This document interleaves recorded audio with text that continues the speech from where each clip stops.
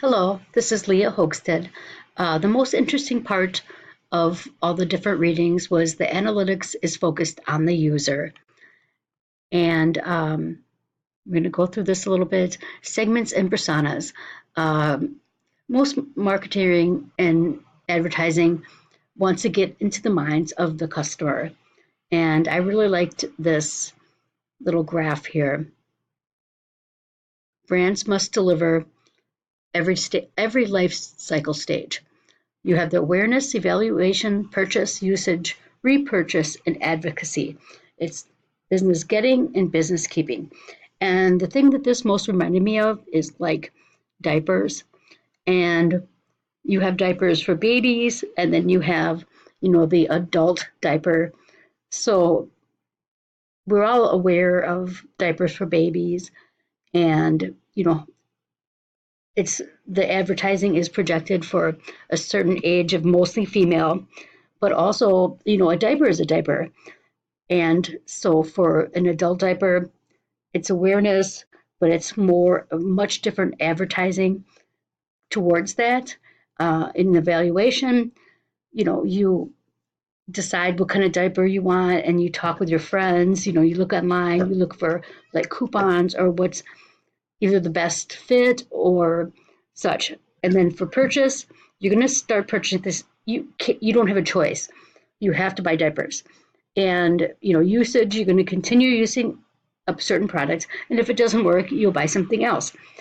And then, of course, the repurchase, and then the advocacy. Which you're going to talk about with friends. You're going to go online, and the big issue for me is for adult diapers, it's actually they're pretty much the same product as a child diaper, but it's just for a whole different market. And it's going to be advertised and marketed completely different. But then again, you could be a grandma looking for diapers for your grandchildren, or you could be a grandma age and buying, personal diapers for your own personal use, but you're going to want that be purchased discreetly. So when I first saw this whole graph, it just reminded me of what can happen with different products, which is basically the same product. And you could also be buying diapers for your child, but also maybe buying adult diapers for your grandma. And so it's just all it's like a lifestyle change, and it's just something to always think about. And the biggest part is getting it out there and being honest about it and talking about it, and everything goes through these stages.